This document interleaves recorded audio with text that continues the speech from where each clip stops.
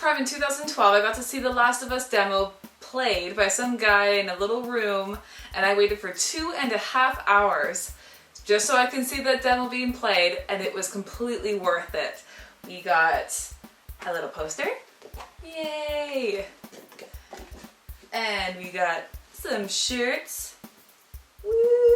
Then back in March at PAX East, I got to actually play the Last of Us demo.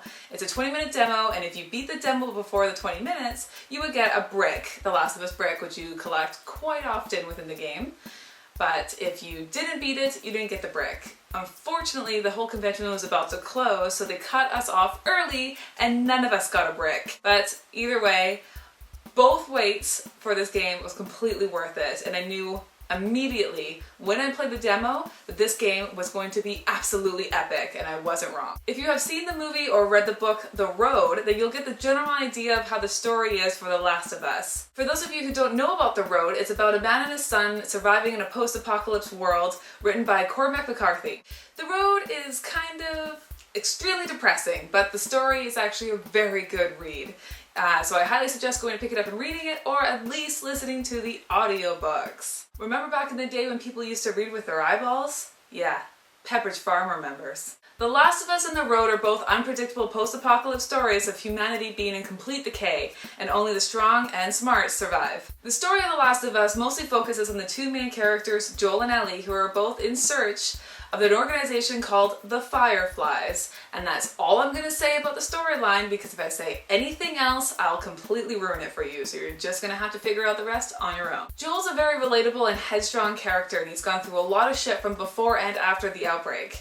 And after 2 decades of trying to survive in hell, he has to do anything he can to survive for life's fundamentals, such as shelter, food, clothing, and medicine, and weapons. And then there's Ellie, who was born and raised within the chaos and has complete ignorance from the world before the outbreak, and that's one of the things I actually really love about her. She has never explored the world outside of the camp that she was born in, so watching her discover things and all the questions she asks is actually quite entertaining, and it really showcases her ignorance in such a cute way. I've never seen anything like this, that's all. You mean the woods? Yeah. Never walked in the woods. Kinda cool. What is this? Oh, this is an ice cream truck. An ice cream truck? Yeah, Henry told me about these. They sell ice cream out of the truck. What? No way. Joel? But when the times call for it, she can be as tough as nails and just as ruthless as Joel, and she easily adapts to all situations, which is absolutely crucial for surviving. As sweet and as lovable as she is, she swears worse than a trucker.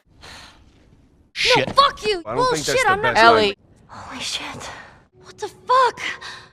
Whoa, Ellie. The story takes place mostly in 2033, which is 20 years after the outbreak of a mutant Cordyceps infections that turned human hosts into rabid, monstrous killers. You experience different levels in the enemies. The longer the human has the infection for, the more mutated and nastier looking the creature will be. Clickers are by far the fucking worst. They can't see you, but they can definitely hear you, and 1 bite equals 1 kill.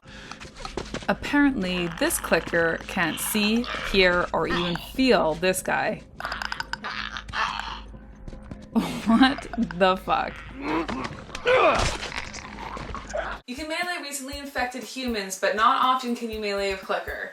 You can use a shiv if they get too close to you and attack you, but you better have a lot on hand, and supplies are of course limited. You can strategize your every move by pressing the R2 button, which gives you extreme listening abilities on your enemies. I'm not gonna lie, I kinda miss the days when you didn't actually have this whole seeing through walls feature. Back in the day, you used to just walk through a room and all of a sudden something would be fucking attacking you, and then you would shit yourself because you didn't expect it, and either you would survive or die.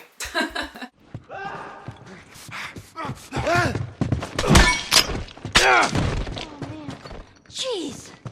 That thing scared the shit out of me. Other than that feature, the game is actually very realistic, as much as it can be for a video game. You create everything you need with the items that you collect while exploring every nook and cranny in the game. Supplies are extremely limited as well, especially if you're playing on the harder difficulties. So I highly advise to actually search every nook and cranny and don't just try to Get through the game as fast as possible because you're gonna need every single little bit of supplies in order for you to get past like a whole array of enemies. Trust me, there are parts where you're gonna get fucked. You also use the supplies in order to upgrade your weapons when you reach a tool bench, of course. So make sure to stock up and get those weapons ready, because shit's about to get real. Another thing that's extremely realistic in the game is the deaths of the enemies and yourself. It is so awesome. As a former makeup artist for movies and horror movies, I greatly appreciate a very realistic death scene.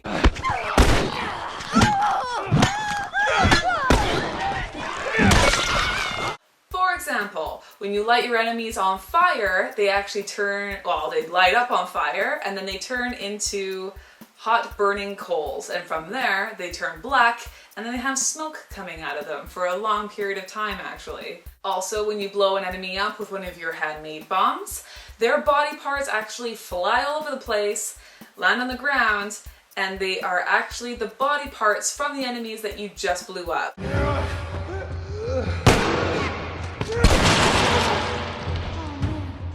I truly love the attention to detail with your environments and your surroundings. This is pretty much the closest thing we're going to get to next gen before the next generations come out. So thank you for doing such a fucking phenomenal job, Naughty Dog. There are notes that are scattered throughout the game that give a little bit of a background story to each area that you enter. And surprisingly, they were a really funny, good read for some of them. And some of them were depressing, but it actually captured my attention because usually I don't really read a whole lot of the little notes that are scattered around in games, but I really liked these ones. Apparently the multiplayer for this game is actually really well done, but I unfortunately lost the online passcode and I can't afford to buy one, so I wasn't able to play the multiplayer because of that whole bullshit online passcode shit. Why can't I just play the fucking multiplayer without having to buy a multipass? Without having to buy an online passcode?